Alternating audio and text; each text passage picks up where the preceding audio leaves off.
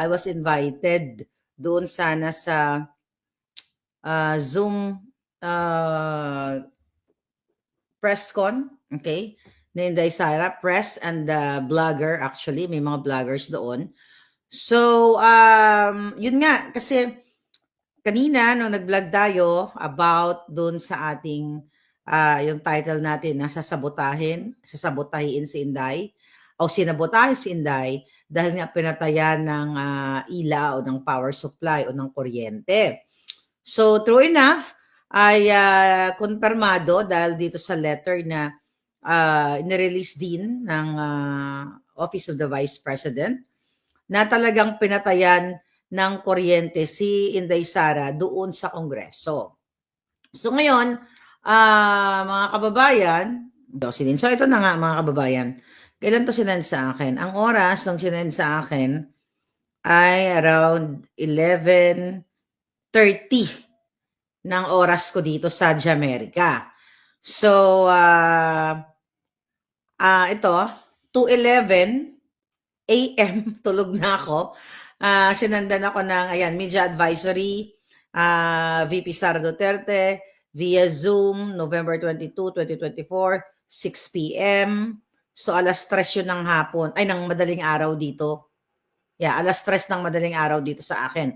So, naborlog na ako, napagod ang lola ninyo. Okay, pinakinggan ko muna bago tayo magkuda dito. Doon sa interview na ito, media advisory or media and blogger advisory, sayang pagkakataon na sana ng ating alindog na magtanong for the first time sa ating Vice President, but it's okay, at least naman nakapagbigay ng mensahe ang ating Vice President na kung saan ikinuwento niya kung anong klaseng pagigipit ni Martin Romualdez, ni Lisa Tanas, at si Bangal Jr. Tandaan niyo sa vlog na ito, lagi yung tatlong ugok na yan, okay, kasama ng kanilang mga grupo ng mga sindikato, lagi yan dito, hindi yan mawawala sa ating vlog. So ipiniliwanag ni Inday Sara na nag-request siya na kung pwedeng payagan siya na samahan si Attorney Zuleika Lopez. Alright. Sabi niya nga dito, ito, dated November 21, which is kahapon yan sa Pilipinas. Ito yung nakita niyo naman na siguro, babasahin ko na lang. Committee on Good Government and Public Accountability. Sabi niya, sabi ni Inday, Dear Representative Chua, I am writing to formally request and I be allowed to stay with Attorney Zuleika Lopez, Undersecretary and Chief of Staff of the Office of the Vice President, who is presently detained at the House of Representatives for the whole duration of her detention. For humanitarian reasons, I request for consideration of her situation given the following circumstances. Number 1, sabi ni Inday dito, grabe ka, alam mo, bago ko to basahin yung request ni Inday Sara, nung pinapanood ko yung part, dahil hindi ko naman napanood yung 10 hours na kasinungalingan, kadyutahan ng Huwad Committee na yon, kung paano nila subukang pahiyain, pero sila pa rin ang namumukhang mga bobo doon sa hearing na yon. Nakikita ko na si Attorney Lopez, pumipikit siyang ganon. So I know, parang sabi ko, parang pagod. The fact na kagagaling nga lang niya sa abroad, di ba? Dinalaw yung kanyang tiyay, nakapikit. Alam ko na pagod. Kasi di ba ako, nakikita ninyo, pag ako pagod dito, pag may mga in-interview dito, hindi mo talaga mapipigilan na pumupungay ang iyong mga mata. Talagang, gaganon ka. But anyway, or even sa Joel Chua, magkakasabot kasi to. At mga asong ulol talaga to ng mga bangag sa Malacanang at ni Romualdez. Okay, sabi niya, I have received your request to accompany your Chief of Staff, Attorney Zuleika Lopez, for the whole duration of her detention for humanitarian reasons. Inasmuch as his humble representation, I would like to accommodate your request, but we are constrained, okay, to abide by the guidelines of the Office of the Sergeant at Arms, or OSAA. Per the guidelines, the facility is for detainees, and the committee has not ordered for your detention. However, you may visit her during the period allowed under the OSA guideline. Sumulat din si Congressman or si Representative Pulong Duterte, which is, di ba, nasabi ko sa inyo kanina na kagabi si Inday ay nagstay sa kanyang opisina. So ito na nga, true enough, nakita na natin ang dokumento, sabi niya, ito November 22, ang date nito sa usulat na ito papunta kay Chua at isinulat ni Congressman Pulong Duterte.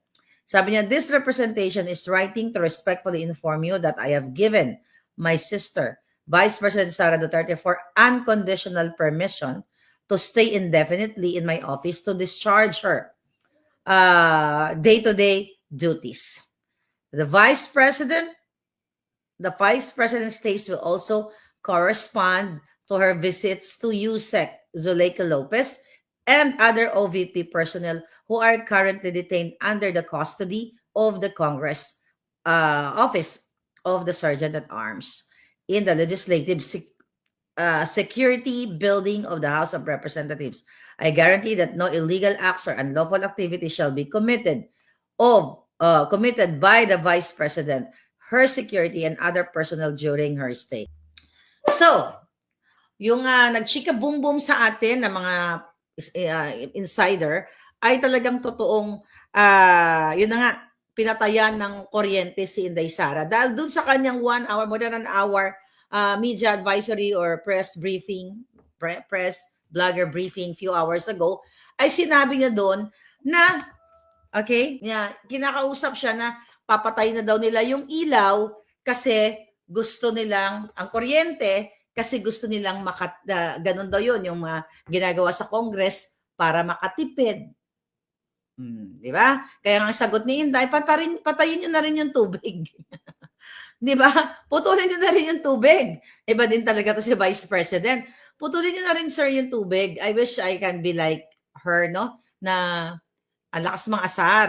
You know? Very sensible at very, punong-puno ng sense of humor, smart, everything. You know? Akala mo talagang lumanay, pero talagang tagos sa buto yung kanyang hindi yun pang-aasar actually, pang-supla sa mga buwaka ng Genemes. Really? Papatayin ang kuryente, itong mga sinasabi ng papatayin nila ang Vice President ng kuryente, sinabi ko na kanina, ito ay what? Ito ay political harassment. Kasi yung hitid kanina ni Inday na bakit siya makikinig sa isang Martin Romualdez.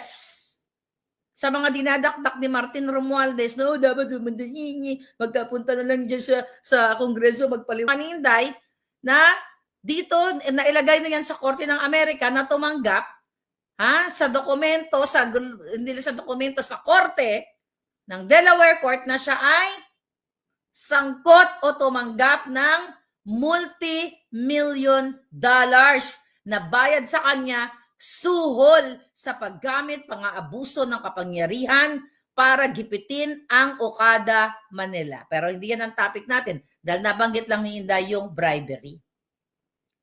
Ngayon, mga kababayan, hindi pagtitipid, panghaharas, pangtatraidor, pangtataksil, pangbubuska, pangjutang ginina ang ginagawa ng tambaluslos na yan at ang gobyerno di bangag.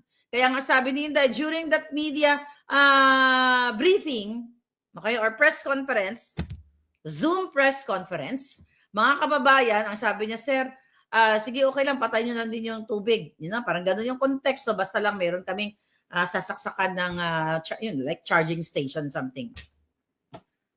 Tipid, pera ng bayan, binibili nyo lahat, ng babae, luxury items, bahay, pulburon, lahat, hinahakot nyo. Nakakagalit. Okay? Dahil nga sabi nga ni Inday doon kanina, alam mo, cool na cool pa rin. I wish, no? Paano ba maging Inday? Pero anyway lang, stay calm, cool. Iba-iba naman tayo ng personality Pero nakikita mo yung firmness, yung tapang ng isang, Vice President si Inday. Kaya hindi siya talaga pwede maging, hindi naman siya pwede, di ba? At ang nakakatuwa pala doon pala, bigla ako bago ko makalimutan, during that meeting na yon, Zoom meeting na yon, loko din talaga to si Inday na parang sinabi niya na, doon sa isang reporter na nagtanong, parang, baka sa Monday, ako na yung ako, sabi niyo pa kay Martin, baka ako na yung maging ako na yung vice president. Parang siya na yung speaker doon. Wala, parang ang dating, parang ang konteksto, wala nang babalikan si Martin Romualdez doon sa House of Representatives. Okay? Si Inday na yung maging speaker. Why not? Yun yung mga jokes, yun yung mga sense of humor, very smart na, pang inis ni Inday kay Tambaluslos. Ngayon, mga kababayan, sinabi ni Inday na, yun na nga, okay. So far, okay naman na nasa high spirit naman si Attorney Zulaika at she's well so far. But of course, syempre, na doon ka sa isang detention center. Pero happy naman siya for sure kasi doon si Inday Sara, di ba? Magkakumari sila. Pagtsikahan nyo na lang dyan si Tambaluslos kung paano mag-ika-ika. Tapos si Lisa Tanas. Parang penguin ng buhay. Pinaliwanag ni Inday na yung mga ginawa nila talaga, yung mga rules na sinasabi nila, pumunta lang. Dito kasi siya pumunta. May panahon pala siya dyan sa kaya Attorney Zulaika. Pero wala siyang panahon sa HUAD committee na yan. Naipaliwanag niya na kaya hindi siya pumupunta kasi nasagot naman niya yung dapat nasagot at yung mga rules ng mga committee ay mga unconstitutional rules. Huwag niyong kakalimutan na si Inday Sara ay isang abogada. Yung mga nasa HUADCOM, dating Bold Star, dating mga convicted katulad ni Castro na ng dukot, ng abduct ng mga kabataang IPs, 'di ba? Alam niyo na 'yan. Kaya nga convicted 'yan. At sino pa?